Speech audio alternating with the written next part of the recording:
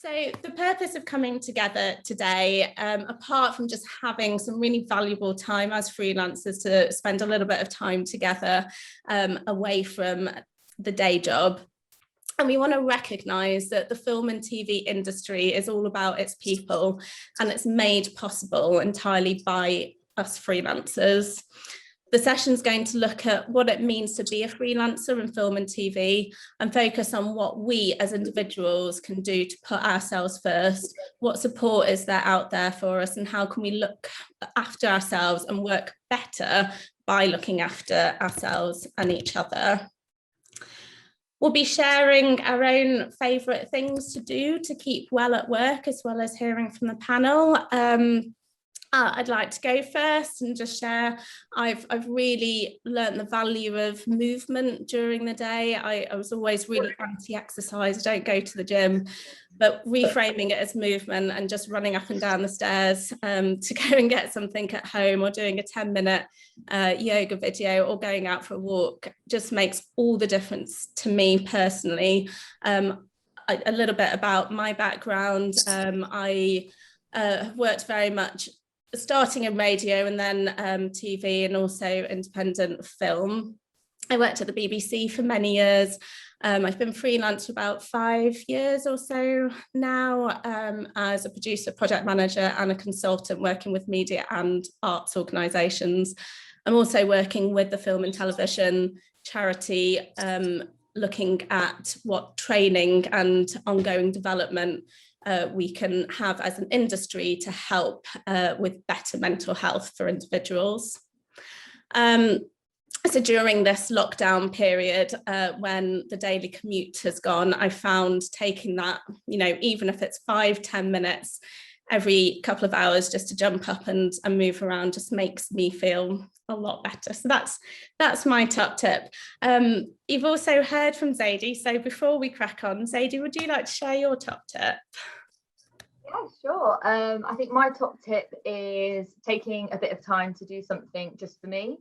I love singing, so just putting on some tunes and having a good sing song really does wonders for me. I love that.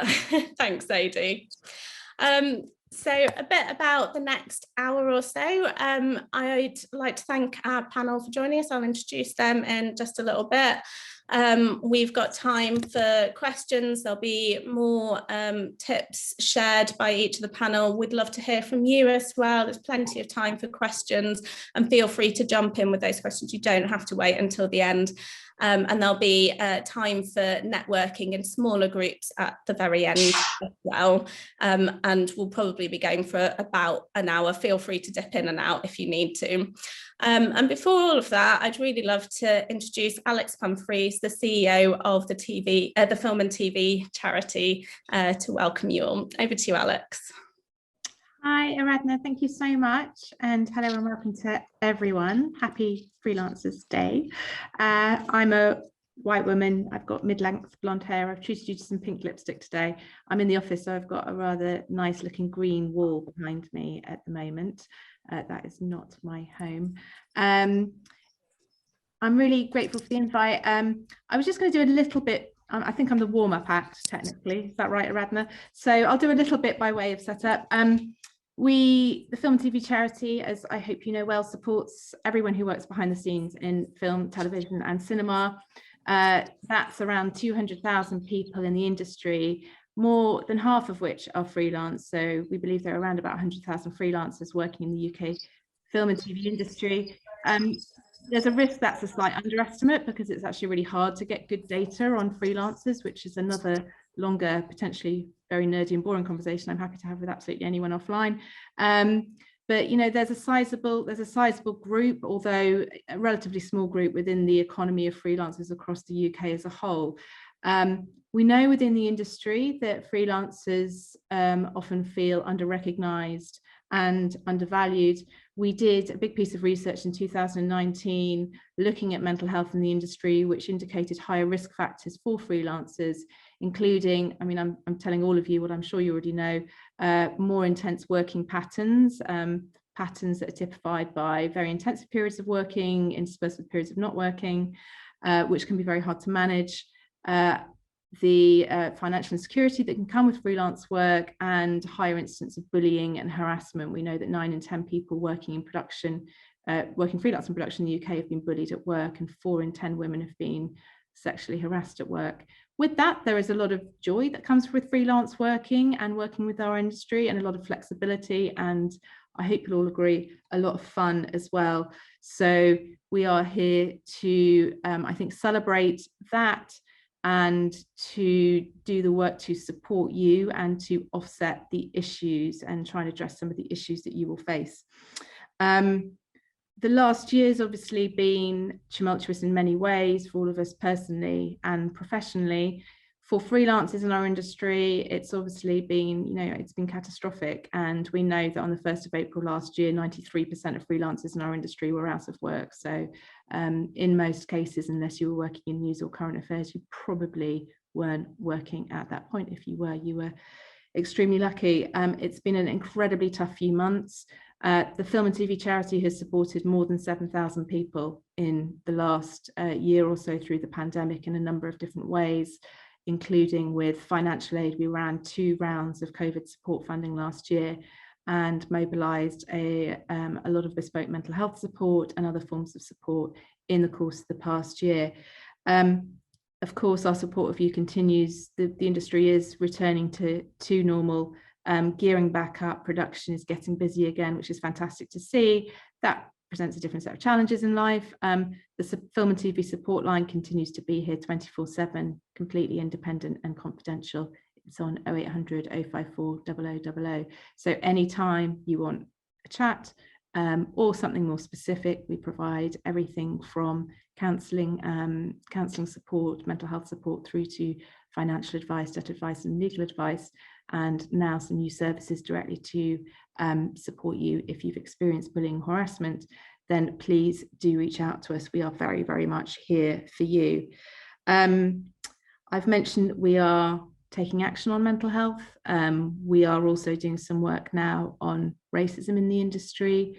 So it is really our job to support, represent you, and we are trying to catalyse the sorts of strategic change that will make your work lives better. That's our role.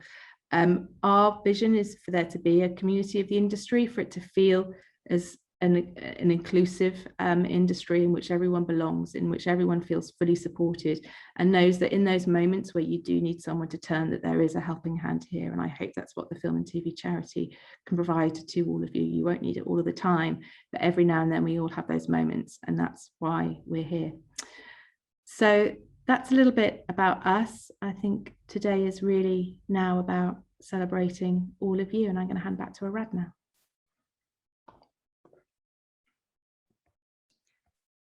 Thanks, Alex. I think, Alex, are you sticking around for a little bit? So if anyone has any questions, thanks.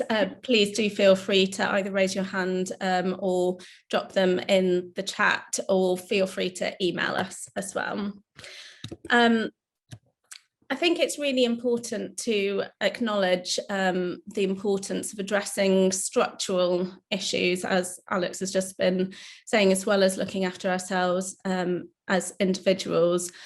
All of these things affect our mental health, working practices, good line management, open cultures, accessible support structures.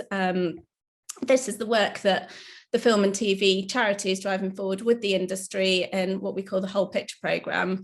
So this addresses the impact that the culture and the conditions and capability within our industry have on us all as individuals. I'm really happy to talk more about the work that we're doing within this programme more widely in the charity as well. Feel free to get in touch and we can pick it up another time. Working well is everyone's responsibility, and along with the wider changes, there are steps that we can all take ourselves to protect and invest in our most important business asset. As I said, as freelancers, that's ourselves.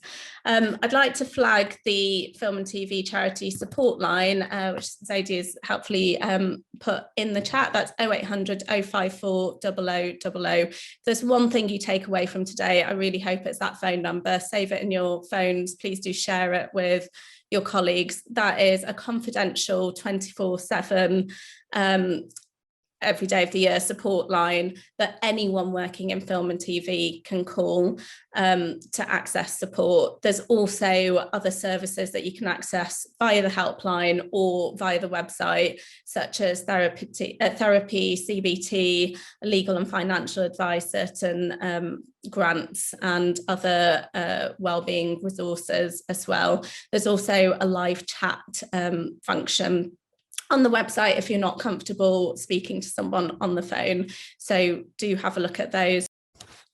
So I'd like to now introduce my panel. We have 3 speakers today to talk about their own experiences as a freelancer in the industry and sharing their top tips. First of all, I'd love to welcome Matthew Knight, who is the founder of Lipa's. This is a community supporting everyone who works differently. There's a real focus on mental health and people who are self-employed in any industry. This is where we've got this valuable phrase of putting you at the top of your to-do list. And I'll ask Matthew to talk a little bit more about that and how we do that in just a little bit. Lipas have fantastic resources for people who are self-employed. You can check them out at lipas.co. And they work with businesses to help them build better ways of working with external talent. So welcome, Matthew. We've also got Bob Clarke, who spent many years as a freelancer in post-production and is now a freelance exec producer and director and chief creative officer of Licklemor Productions, who recently won a BAFTA for their show Life and Rhymes. Congratulations. Bob is also the founder and CEO of Mama Youth Project, who train and help young people from challenging backgrounds to start a career in film, TV and media. Hi, Bob. And I'd like to also introduce Sam Bickley, freelance executive producer and development consultant. Sam's worked in Factual, Fact and Drama, Channel 4, Betty and the BBC. She was formerly the head of BBC 3's Docs and Fact Features department and acting controller of 3 in 2014. She's also now freelance and, as a side mention, is also training as a counsellor. Welcome, Sam. So Matthew, I'd love to start with you. Please do tell us a little bit more about Lipa's, about the community, and tell us what we can do to put ourselves at the top of our to-do list. Yeah, thank you for having me. It's a long request there, but we'll see what we can do. I'm a white male. I probably look in my 60s, but I think I'm in my mid-40s these days. My background, I think it's blue. I'm red-green colorblind, so I'm not great with describing colors.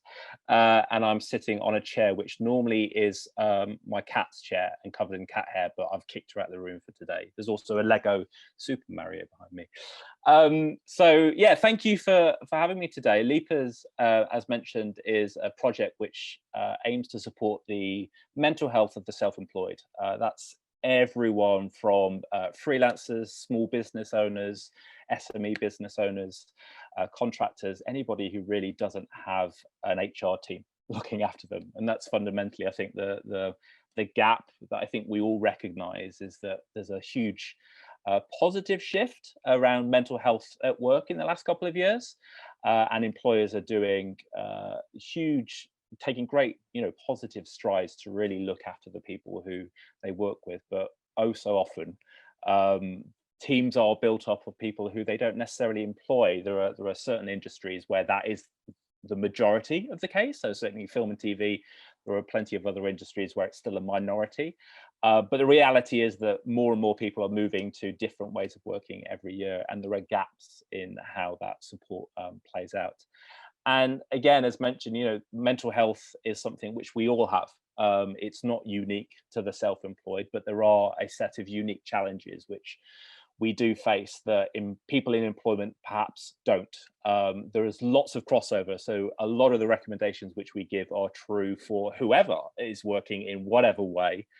But there are definitely a set of additional unique challenges which we face And quite often they're not sector specific, interestingly. So a lot of the work that we do, we're a very open community and we work with people in any sector. We have people from the entertainment industry, marketing, digital, technology. We have a nuclear decommissioning engineer, because apparently you can do that as freelance as well. And I would say 80% of the stuff which we talk about is just generally true. Things like setting boundaries and making sure you're communicating what your needs are and having a support network around you. But there are sector specific things as well. So we work with many partners and other organizations like Film and TV Charity or Mind or sector specific organizations that help us connect with those groups as well.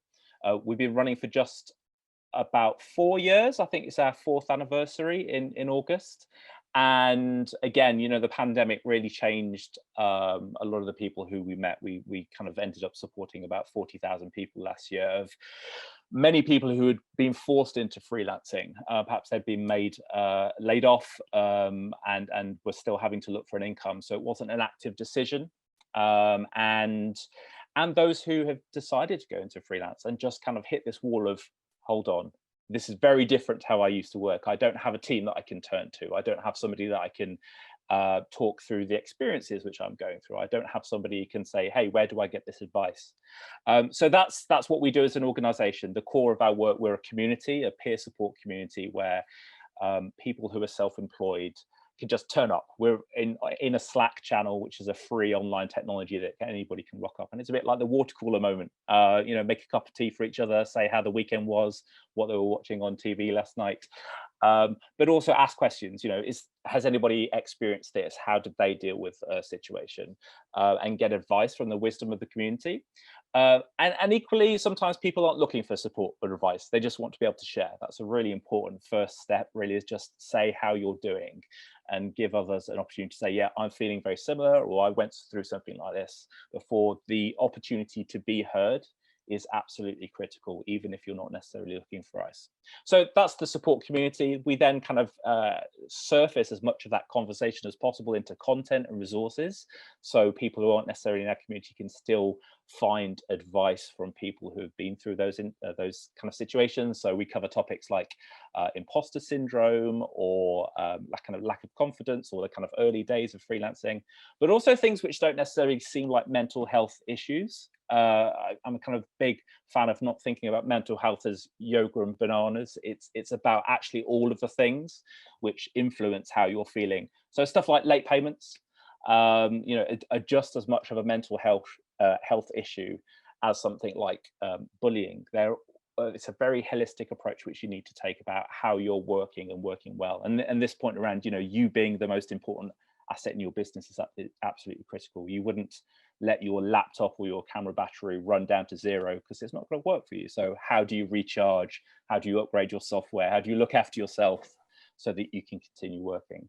And the third thing which we do is, yeah, as I said, working with organizations who work with freelancers, fundamentally to say, here are some of the areas which you can consider to how you are working with those individuals, even if it's not putting support in place. We all know that a lot of organizations struggle to do that, whether that's because of prioritization or budget or time or somebody with a responsibility. If they're not doing that, that is a gap. But equally, it's getting harder for businesses to support freelancers with things like IR35. So we help organizations find the behaviors which they can improve to help support everybody they work with. And to the final question, I guess, you know, kind of what are the things which we talk to our community members about? I think there's a number of really simple things. These are not that tangible, but they're super important. The first thing is really actively thinking about your own mental health at work. I think, and anybody who has ever been self-employed recognizes that when you become self-employed, you're not just the craftsperson anymore, right? You're not just, say, if you're an illustrator, you're not just doing beautiful illustration work. You're also the salesperson, the accounting person, the marketing person. You have to, the legal person. You have this whole cluster of additional responsibilities which you have to deliver on, and then you have to look after your clients as well as doing the work, and you have to be maintaining other relationships that are going on, and you're doing the project, but also thinking about the next one and probably chasing the invoice for the previous one. So there's a whole load of additional stuff which goes on to your to-do list. And so often, I think as humans, we're not great at remembering to look after ourselves. And we do fall off the bottom of our to-do list. And that's an issue, because if you don't actively think about those things which are perhaps running you into ground or running those energy levels down, then you're not going to be able to work. So understanding that mental health at work isn't about those situations when you're feeling bad, but rather it's proactively looking after yourself. So hopefully those situations don't arise where you're not able to work. That's the first thing.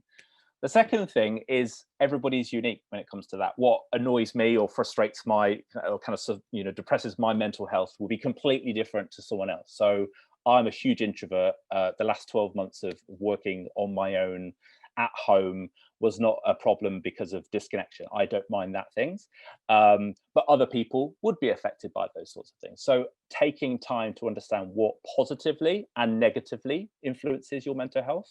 We quite often encourage people to do that through journaling. Just say, hey, what happened today? What was a good thing? What was a bad thing? So you build up some evidence over time. And the third most important thing is really not doing it alone. I think, you know, working for yourself doesn't have to mean that you're working on your own. You will always be part of some sort of a team. You'll always be working with others. But sharing how you're getting on, saying how you're doing. If you don't feel comfortable talking to the people you're working with, because perhaps that doesn't feel professional to you, or you want to surface something that's an issue, find others that you can talk to, whether that be people in your own network or professional support like helplines. There are so many fantastic support services now which really understand what we're going through at a sector specific level. So the film and TV charity, or also organizations like Samaritans and Mind, can provide really fantastic support. And if things are really bad for you and you're feeling at risk, obviously speaking to the NHS and the GPs. So I think those are the three things, you know, actively thinking about your mental health, understanding what influences your mental health, and building up that support network for people around you. So if things do start to go south a little bit, then you've got people you can talk to.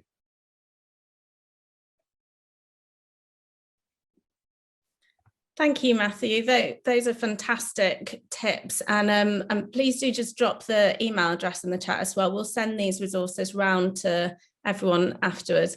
And Matthew, I really liked that idea of journaling and noting that every day is different. For me as a freelancer, I find that that's one of the best things about working in this way, but it can be hard. Would you share with us, Matthew, what's your personal top thing that you love to do to keep well at work? You know what? I'm very good at telling others what to do, and I'm really bad at doing any of it myself. You know, do as I say, not do as I do. It's the irony of running a community like this, that you know all the things you should be doing, but actually remembering to do them is not so simple. That said, I think over the last 12 months, the most significant change that I've made is boundary setting. And I think that's especially important for if you have been forced to work from home, and there is very little gap between where you are at work and when you're not working. It's very easy to just check that other email or pick up another call. And I've been tried to be very, very clear in where my working day finishes. For me, that isn't about, oh, it's always like 9 to 5 or anything like that. I need to work at different times depending on what things are happening.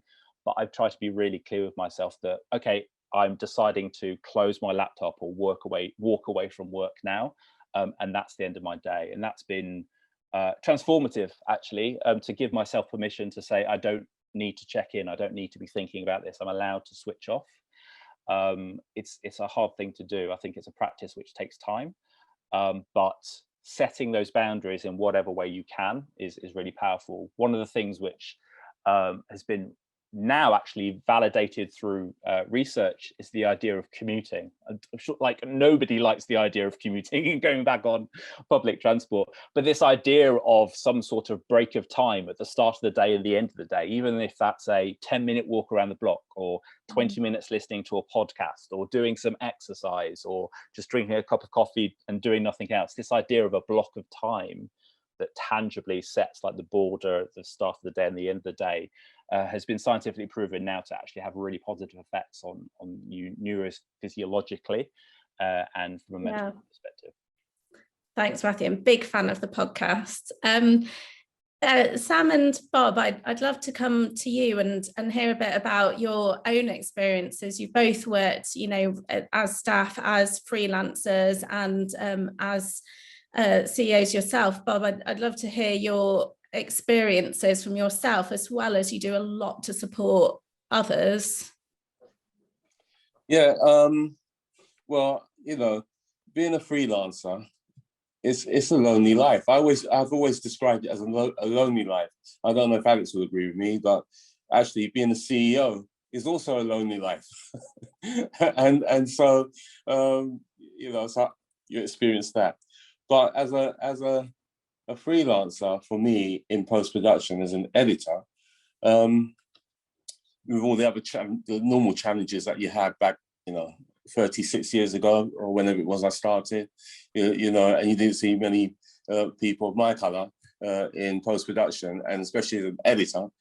So that would be unusual, and many challenges there. But the thing of you don't turn anything down. You never say no to anything, and because you always got the fear of, well, yeah, if I turn it down, I won't work. And for me, it got to the stage where I looked at my diary because somebody wanted me to do something. I looked at my diary, I was looking through it, and I thought, this is the diary of two people. This is which actually then made me start a company because that's actually what led to me starting my first company that I had, was that, oh, I need to get more of me and more editors and try and make a business out of it. And that's why I started that company. But for, you know, you get the situation also where, oh, I've got a day off. You know, I've got a few days off. Yeah, I'm sure you're familiar with this. Few days off. And you look at it and go, right, and you make your plans and you think, oh, this is good. I need that break. I need those days. And then somebody calls and they want those days. And what do? Are you available? And it goes through my mind. Say no, say no, say no. Say you're working somewhere else. But yes, I'm available. And so going about holidays and the hours that we work. Isn't it? The hours that we work. I mean, for editors, I believe a few years back, I don't know if it's still the same, but there's more jobs in TV now. But editors had the highest divorce rate in TV. Yeah, and you know, I'm with my second wife, and so so before I go, what I didn't explain myself. I apologize for that. So I'm a black man. I'm wearing a black baseball cap, which all the young ones complain about and say, oh, you're too old to wear a baseball cap. And I have to tell them, it was my generation that gave baseball caps to you. So there you go. I've got a black shirt with a Jamaican flag on it, and a white background, which is really odd because I'm meant to be creative. And here I am just sitting in front of a white background. So that's not so good. And but my career as a freelancer it's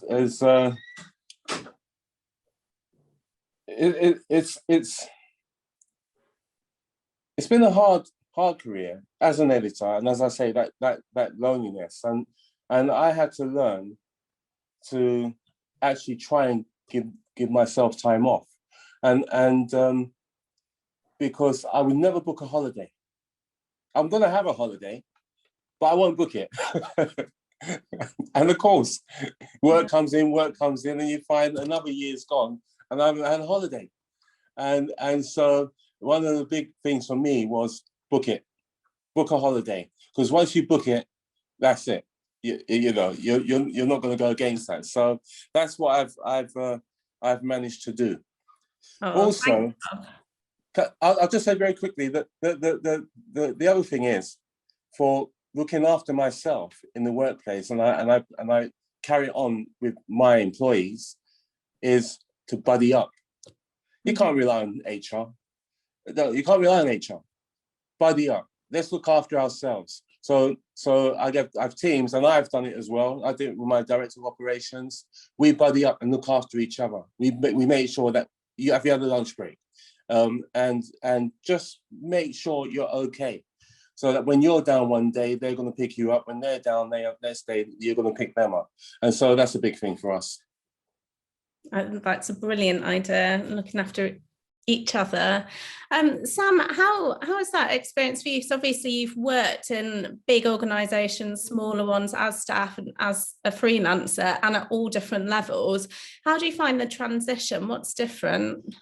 I think it's like different phases of your life of being a freelancer. So I echo everything that Matthew and Bob have said, you know, just really excellent insights, and they totally, I can really relate, as I'm sure all of us on here can. I sort of was a freelance producer, and then I went into broadcast and became staff, and then I experienced heading back out to be a freelancer. And actually that feeling of isolation, you can often feel that when you're in a broadcaster, when you're in a big institution. So actually the sort of feeling of isolation I felt more strongly. And when I returned, the thing I looked forward to in terms of returning to the freelance sector was that freelancers do seek each other out. They sort of create community.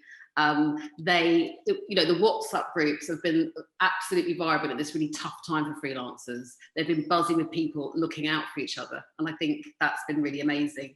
So for me, I think both sectors have that TV, film sense of urgency. You know, we say that we're not sort of saving lives, but we behave like we are. We imbibe pressure, we pass pressure on, which is really unfortunate. And actually, my one morning a week over the last few years where I've been gradually training to be a counsellor, that might be sort of way ahead in my future. But what it's done is, as Matthew said, it's brought the boundary word into my life. It's really taught me to set boundaries, and actually when you set them, you develop a kind of sort of self-care and self-nurture for yourself that then makes you even more of value to the work you're doing and to the people that you're working with. And whereas I think I always believed that sort of the way to be a freelancer and the way to be in telly was to sort of ignore your boundaries and deliver to the ends of the earth and really stretch yourself till your ears are bleeding. And that's not being creative. And I think this is a day of celebration, isn't it? And I've always just thought that where the most creative people sit in film and television is in the freelance community. You know, we are the doers, the creators, the makers. You know, the sort of telly has its creative people in the business area, but actually really our skill set is what sits in the heart of sort of film and television. And so what you've really got to do, and what lockdown did for me, was start to nurture my creative self, like start to remember my creative self. I think a lot of people have been returning to not just baking banana bread, but writing again, but painting again, going for walks. If you've got children or if you've got family or friends, being more present with them. Sort of, we just turned into sort of more human, you know, better human beings and actually better creatives. So I sort of feel that, you know, as Matthew said, I'm a bit of an introvert extrovert. And so I'm very resilient. You know, thanks to the freelance world, I never went on holiday with anybody because I was always discovering that I could go on holiday next Thursday. You know, I'm going into Thailand, amazing. No one can go with me because I gave myself 4 days notice, you know, for a break. And so I've actually found that the freelance time of my life taught me to be quite self-sufficient and brave and travel. If no one can go with you, go on your own. You can't book with people. And so lockdown really returned me to that space again, actually, of going, I'm used to being on my own. So that's not going to be the difficult bit for me. I think the difficult bit was probably just for the greater community, not actually having work. And so how are we all going to support each other? But certainly Freelance Day for me is celebrating Creative People Day, you know, and it's a day to sort of nurture the creative side of you, because that's what you have. That's the skills the industry needs from you. You're not just fodder. You're artists, and for me that's really, really important as well. Sam, I absolutely everything you say resonates, and I think a lot of people probably understand that feeling that Bob was describing of just feeling like you've got to fill your diary, you can't possibly turn work down. Mm-hmm. And Sam, I think you're absolutely right, because how do we allow space to bring in the creativity? And for me, it's absolutely a choice to be a freelancer. I love being a freelancer. I love the variety, the flexibility, and I love being able to swoop in and have that creative energy. And also that can be really difficult. It can be quite isolating as well.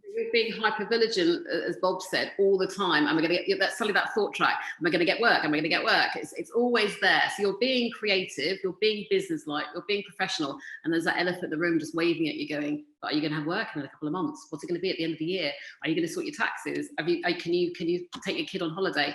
You've got to sort of learn. What I've learned to relive with, as I think I've watched other peers do, is that freelancer thought track. You've got to sort of go, I'm a creative person with a skill set. The work will come, despite this unprecedented year, it will come again. And if you've got that belief in your creative spirit, it sort of douses, I find, that thought track, because you really believe, you've got that sort of real self-belief. One of the things I did in lockdown was, I'm sort of very visual. So every morning, crack of dawn, I'd write a list and put it up in front of me on my desk.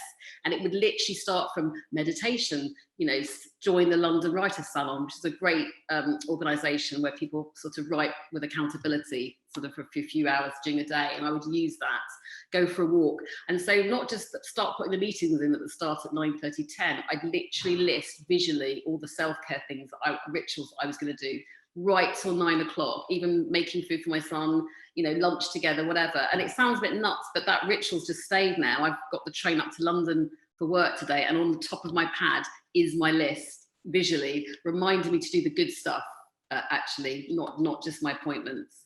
And that's been one of the tips that's absolutely transformed my day and my week, actually. That's a great tip. And Bob, I'd really love to hear from you as well. Not only what you do to look after yourself, but how you do that amongst, being a CEO and feeling that responsibility for others as well. Yeah, and it is hard, and the responsibility for others is massive. In people's mortgages, families, everyone's relying on you to steer the boat and steer the ship and get it right. And so it's a big responsibility, but also it's a great joy that actually something that you thought of, that you've created, is giving people work and jobs and livelihoods. And so, and that for me kind of outweighs the worry side. It's such a brilliant thing. But for one of the things I go by, because I was in the army, some of you may know that, and so, I've seen loads of things in my past. And so it's given me an attitude of, when it comes to dealing with situations and problems, and where it's like, oh, it's the end of the world, is that I just think, am I going to remember this on my deathbed? When somebody says, Bob, you remember when you were so worried about, and I go on my deathbed, and you remember you was worried, and I go, what was that? Well, if I'm not going to remember at my deathbed, I'm not gonna stress myself and get into a state about it now, if that makes sense. And so I have this kind of attitude that which keeps me sane, I suppose, is that I will worry to a point. I will be concerned to a point. Then I just think, okay, I've got people around me who love me. Is my health okay? Okay, that's it for me. So that's how I keep my mental state of mind. And I hope that helps. It's a hard thing to do, when you're in a situation. It is a hard thing to do, but just step back and realize actually what we're doing. And one of the things I try to say to people in our industry is, we're not doctors, nurses, and we're not in control of that life support machine. We're making content, we're creative, but it's not life and death. So please don't get so stressed as it is life and death. Thanks, Bob. I think keeping that sense of perspective, you're absolutely right. It's really hard, but it's so important. So keeping the perspective, I keep hearing lots of you saying it's all about keeping your boundaries and the space for creativity, and looking after each other as well, and remembering to prioritize those personal moments. Thanks so much. Alex, we still have you here. I didn't ask you what your top tip is. What do you do to look after yourself at work? I think in lockdown, this is probably a really boring one. It's getting out of the house, isn't it? Because if you don't, you suddenly find you know, 24 hours has passed and you've been in your kitchen and your bedroom and nowhere else. I've got 2 small kids, so I usually take them to school in the morning, and actually that 20-minute walk I really value. It's nice, you know, I get to chat with them or they shout at me, and you know, on the way back I often, you live near me, Aradna, so you'll know the coffee cart at Kentish Town Tube. I stop and get a coffee, and that's a little bit of ritual that I can have, you know, without coming into the office. Bit of ritual and normality, which I like and structures my day. Thank you.